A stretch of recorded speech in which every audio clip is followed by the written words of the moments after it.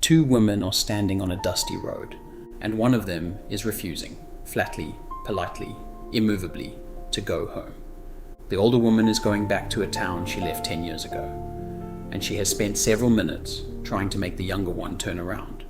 She has tried logic. She has tried arithmetic, a strange little speech about how, even if she remarried tonight and bore sons tomorrow, the girls could hardly wait for the babies to grow up. The sort of argument you only make when you've run out of good ones. And she has tried the truth. I have nothing for you. Go back. There is a life for you behind you. Nothing ahead of me but an empty house and a bitter old age, and no reason on earth for you to share it. And it worked. Half worked. The other daughter-in-law, Orpah, wept and kissed her and turned back, sensibly, blamelessly. And the text never says one word against her for it. But this one has stopped crying and set her feet. The hint is not going to be taken. What the young Moabite says next is so famous it has come loose from its moorings. Read at weddings, printed on canvases, quoted by people who couldn't tell you who first said it. We are going to put it back where it belongs, on a famine road, between two destitute widows. At the moment when saying it cost everything, and gained, as far as anyone could see, nothing. Quick word if you're new. This series walks the genealogy at the start of Matthew's Gospel, the list of names most people skip, one guest at a time. 3 threads: grace, power, providence. One warning. The last 5 episodes were a catalogue of disaster. This one is quiet.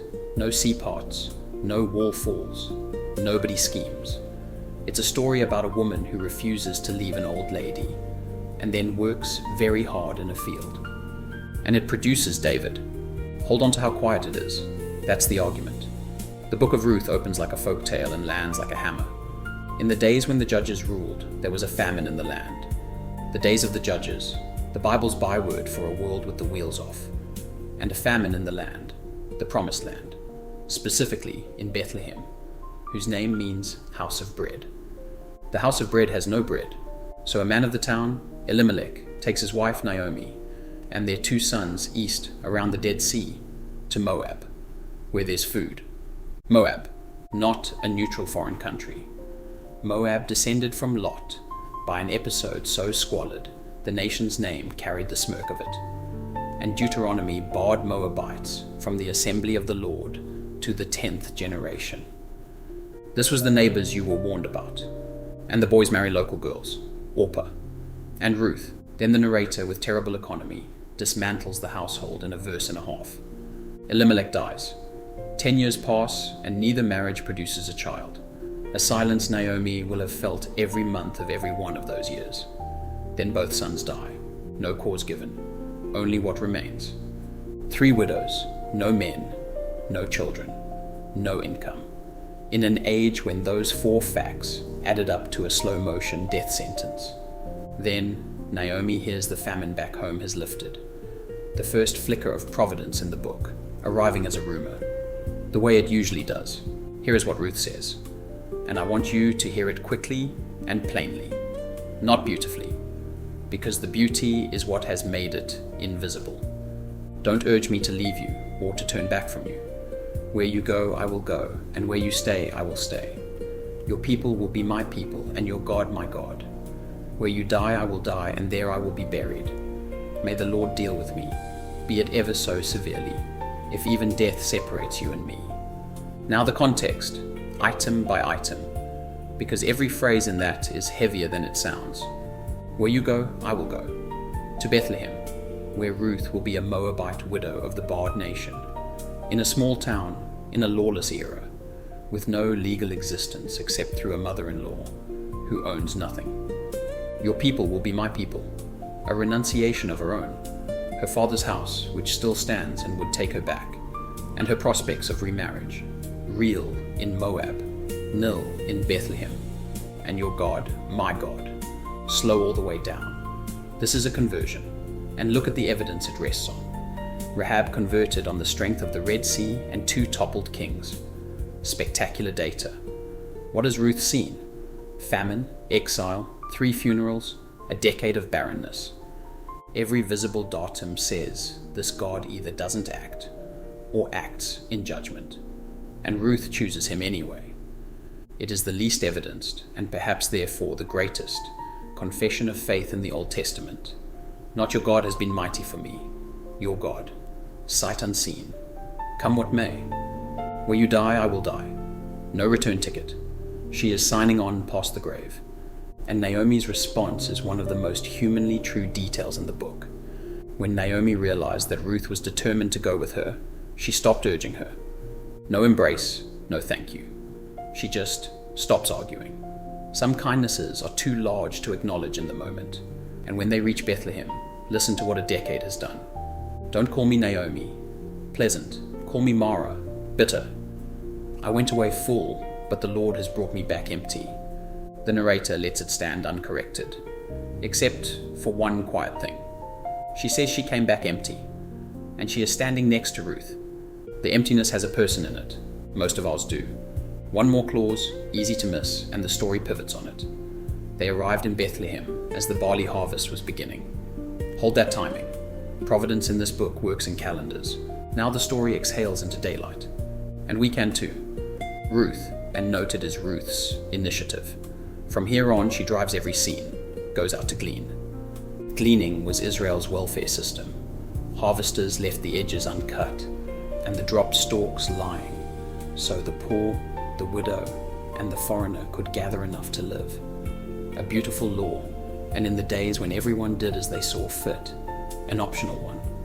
Because a lone foreign woman in a stranger's field was exactly as safe as that field's owner chose to make her. Everything good that follows is only good against that background. Then the narrator does something delicious. As it turned out, he says, the Hebrew has a shrugging idiom, her chance chanced upon. She found herself in a field belonging to Boaz, of the clan of Elimelech. Of all the fields around Bethlehem, she picks the one belonging to a wealthy, unmarried relative of her dead father-in-law. The storyteller is winking so hard you can hear it. Enter Boaz, and the narrator introduces him by his manners. His first words, arriving at his own harvest field, are a greeting to his workers, and they call back. In the era of the judges, that tells you nearly everything.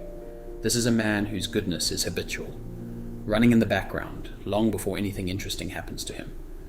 And this is last episode's payoff. So let it sit. This is Rahab's son. Then Boaz goes over, and the kindness begins. The point of Boaz is not one grand gesture. It's a cascade of small, deliberate, unasked for ones, none required by any law. Stay in my fields the whole harvest, and stick close to my women. Protection by proximity. He instructs the men, explicitly, not to touch her. Protection by decree, and a window onto what she was otherwise facing. She may drink from the workers' own jars. At mealtime, he serves her himself until she has leftovers. And then he instructs the harvesters to commit benign fraud on her behalf. Pull out some stalks from the bundles on purpose and leave them for her to pick up. Rig the gleaning. Let her win without knowing it's rigged. Generosity engineered to protect the dignity of its recipient, the most expensive kind there is. And Ruth, flawed, asks the question this book is secretly about. Why have I found such favor in your eyes, that you notice me, a foreigner? And his answer ends, the Lord, under whose wings you have come to take refuge. Under whose wings? File that image. It is about to be handed straight back to him. She goes home that evening with a fortnight's food hauled in her shawl. And when Naomi hears the name Boaz, the old woman comes back to life mid-sentence. The Lord bless him. He has not stopped showing his kindness to the living and the dead. Hesed, the book's great word. The covenant kindness Rahab once negotiated for by name. Naomi, who 3 scenes ago called herself bitter, is spotting it in a sack of barley.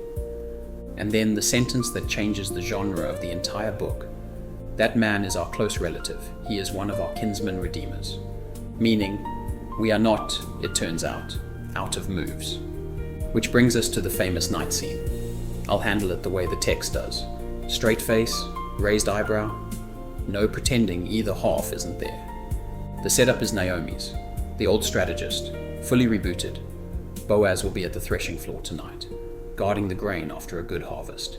Wash, put on perfume, dress in your best clothes, possibly meaning dress as no longer a mourner. Then uncover his feet, lie down, and he will tell you what to do. Now let's be honest about the register. A night approach, a well-fed man, a woman washed and perfumed, lying beside him in the dark, at a threshing floor, which, elsewhere in the prophets, is shorthand for exactly what you'd guess. The scene is built to make you hold your breath, artfully ambiguous in atmosphere, then artfully chaste in content. And the gap between those two is where the meaning lives. Because here is what actually happens. Boaz wakes at midnight, the Hebrew suggests a shiver and a jolt, to find a woman at his feet, and says, reasonably, "Who are you?" And Ruth, told he would tell her what to do, instead tells him, "I am your servant Ruth. Spread the corner of your garment over me, since you are a kinsman redeemer." The corner of your garment. The word is wings, the same word Boaz used blessing her in the field. She is handing his own prayer straight back to him. You ask God to shelter me under his wings. Be the wings. And it is, unmistakably, a marriage proposal. From a destitute Moabite widow to a wealthy Israelite landowner at night on his own threshing floor. She has out Tamar, same family line, same widow's dead end, same nighttime gamble on one man's character. But where Judah's character required a trap, Boaz's permits a request. The whole moral distance this family has traveled in 3 generations, in one scene, and Boaz's response, the first words out of a startled man at midnight, which is when you find out what somebody actually is a blessing. Don't be afraid. I will do for you all you ask. All the people of my town know that you are a woman of noble character. Eshet Chayil, woman of valor, the phrase Proverbs 31 crowns its ideal wife with, bestowed on a Moabite gleaner by the man she just proposed to. There is one nearer redeemer, so he'll settle it at the gate in the morning, publicly, correctly, and sends her home before dawn, her shawl loaded with barley. Nothing happened at the threshing floor, and everything did. 2 people of extraordinary character met at the one spot where character is tested in the dark, and both of them passed. The gate scene next morning has a comic glint the narrator makes no attempt to hide. Boaz convenes the nearer redeemer, whom the text pointedly declines to name, calling him the Hebrew equivalent of Mr. So-and-so. The man too careful of his name to do his duty is left with no name at all, the driest joke in the book. Boaz sits 10 elders down as witnesses and opens with the land. Naomi is selling Elimelech's field. Will you redeem it? Mr. So-and-so, scenting a bargain, says, I will. Then Boaz produces the clause. Buy the field, and you also acquire Ruth, meaning her first son inherits that field, straight back out of your estate. Mr. So-and-so does the maths and reverses at speed. Sandal off, deal sealed. And the elder's blessing is the moment the book has been building to. If you've been with us since episode 4, it will raise the hair on your arms. May the Lord make the woman who is coming into your home like Rachel and Leah, who together built up the family of Israel. And may your family be like that of Perez, whom Tamar bore to Judah. Tamar, named at a wedding as a blessing, exactly as promised. The elders needed a precedent for a convention-defying, foreign-flavored marriage. They landed on the widow of Enaim. The family knows its own story, and the blessing is answered beyond anyone's asking. The Lord enabled her to conceive. The book's only direct act of God, held back until now, granted to a womb that 10 years in Moab had left silent. And the last scene belongs not to Ruth and not to Boaz, but to the women of Bethlehem, who once heard Naomi rename herself bitter, and now crowd round with a counter-verdict. For your daughter-in-law, who loves you and who is better to you than 7 sons, has given him birth. Better than 7 sons, the highest number in the only currency that world counted, awarded to a Moabite by the matriarchs of a Judean town. And Naomi takes the child and lays him in her lap, and the neighbors do something recorded nowhere else in Scripture. The women living there said, Naomi has a son, and they name him Obed, which means servant, The woman who came back empty holds the fullness on her knees, and the storyteller, closing his gentle village tale, at last shows his hand. Obed was the father of Jesse, and Jesse the father of David.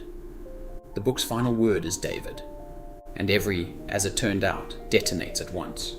The famine, the funerals, the road, the refusal, the field, the floor, the gate, all of it, invisibly, was the making of Israel's greatest king. And nobody in the story knew.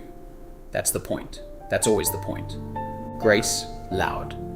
A Moabite of the barred nation becomes the great-grandmother of David, with a whole book of the Bible named after her, the only book in Scripture named for a Gentile. In Tamar's episode, Grace broke in through a locked door. In Rahab's, it climbed through a window. Here somebody opens the front door, and it walks in like a neighbor. Power, quiet, and, for once, safe hands. Boaz holds every advantage the story can bestow: land, wealth, standing, age, sex, nationality, legal position, over a woman who holds none. The exact configuration in which Judah failed Tamar, and in which a king will shortly fail a woman on a rooftop. And every scene Boaz spends his advantages downward.